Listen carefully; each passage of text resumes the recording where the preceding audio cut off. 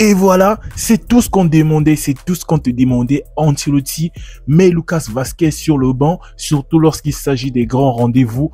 Mais tu ne comprends pas, tu ne fais qu'à ta tête. J'espère que là, tu as bien vu, que tu as bien ouvert tes yeux et que tu as vu comment, défensivement, on a été impeccable. Oui, c'est pas la plus grosse équipe, voilà, qu'on a pu affronter, voilà. Mais on sait très bien que Lucas Vazquez, sur son côté, peu importe l'adversaire, on se fait malmener, on se fait laminer sur le côté.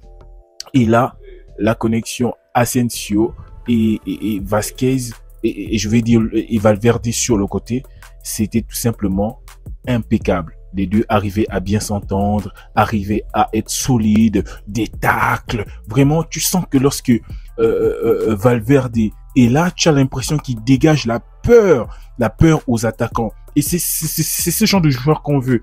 Pour moi, Valverde ne doit plus jamais jouer milieu de terrain quand il s'agit d'un grand match. Parce que les milieux au Real Madrid, il y en a beaucoup. Il y en a beaucoup. C'est vrai qu'il a sa particularité en lui, que tout le monde ne peut pas avoir. Mais pour le bien de l'équipe, pitié, Valverde, continue à te sacrifier pour jouer sur le côté droit. À la limite, faire jouer Asensio sur ce côté-là, étant donné que Alaba est déjà un peu de retour. Donc, Alaba peut combler le côté de Asensio.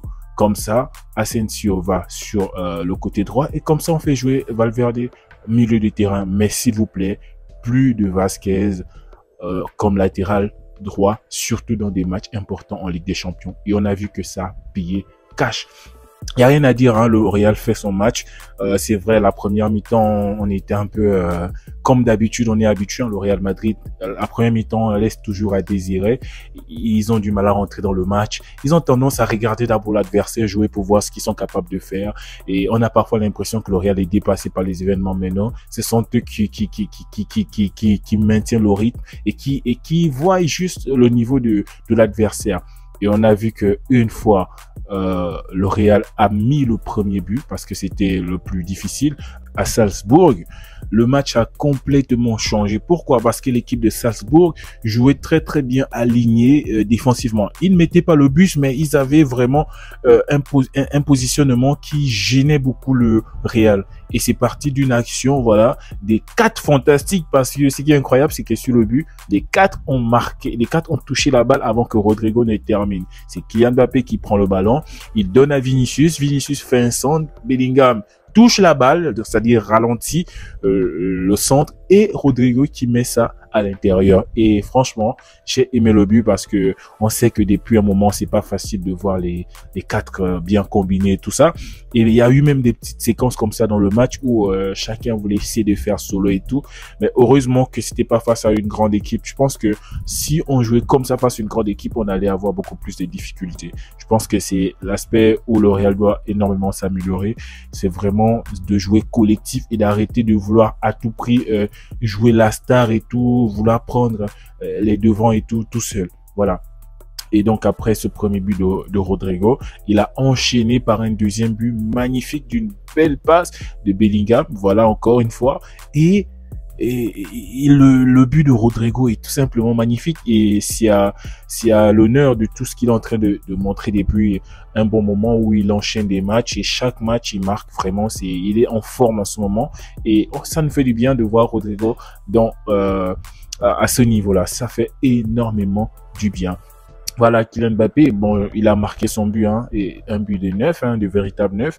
Il est allé faire la pression sur le gardien, et le gardien n'a pas pu, voilà, le retenir, vu que Kylian Mbappé est arrivé le premier sur le ballon, et il a mis son but tranquille. Lui aussi, il est sur une performance vraiment incroyable ces derniers temps. Il marque quasi chaque match, même un match où il n'a pas été si extraordinaire que ça, comme celui-ci.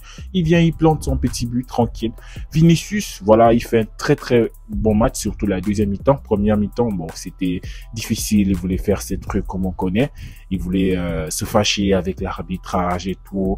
Il voulait sortir de son match. Il a même eu le carton jaune. Mais il a pris ses responsabilités. Il a répondu par le jeu. Et c'est ce qu'on aime avec Vinicius, au-delà de tout ce qu'on peut le reprocher. Quand il s'agit du football, et il te régale. Ces 2 buts sont tout simplement magnifiques. stratosphérique. Voilà, il va sur le côté, il déborde 2 joueurs enroulés, deuxième poteau, tranquille à la lucarne. Le deuxième but, voilà, une très belle montée de Valverde, passe décisive à Vinicius qui fait le casser au défenseur et il marque son but tranquille. Doublé de Vinicius, doublé de Rodrigo, 5 buts dans le match, la Manita, un but de Kylian Mbappé. Tranquille, les 3 attaquants se sont régalés. Mbappé est sorti tôt dans le match, normal, hein, il faut le préserver. Voilà, il faut faire jouer des jeunes, surtout quand vous avez déjà marqué 5 buts, c'est plié. Voilà, franchement, il n'y a pas grand chose à dire, à reprocher à ce Real, si ce n'est de jouer beaucoup plus collectif. Ça fera énormément du bien. Et aussi, côté défensif, dans le sens où lorsque le Real domine énormément et qu'ils sont en train de mener, écraser l'adversaire, ils ont tendance à lever le pied, à être un peu distrait, et c'est comme ça qu'on encaisse ce but-là de dernière minute. On aurait pu faire un clean sheet et malheureusement on n'a pas été très sérieux jusqu'à la fin. Voilà un peu le match, hein. Voilà, pas très extraordinaire non plus, étant donné que c'est Salzbourg, on savait à 80% que le Real allait gagner le match. De toute façon, ils n'avaient pas le choix. Hein. Ils n'avaient pas le choix. Donc, le Real est sur une bonne lancée, une bonne dynamique. Les attaquants reviennent de plus en plus en forme. Et on a hâte de voir ce qui va se passer dans les prochains jours. Les amis, n'hésitez pas à me dire ce que vous avez pensé du match. Et likez, abonnez-vous pour ceux qui ne se sont pas encore abonnés. Et on se dit à plus pour une nouvelle vidéo. Ciao.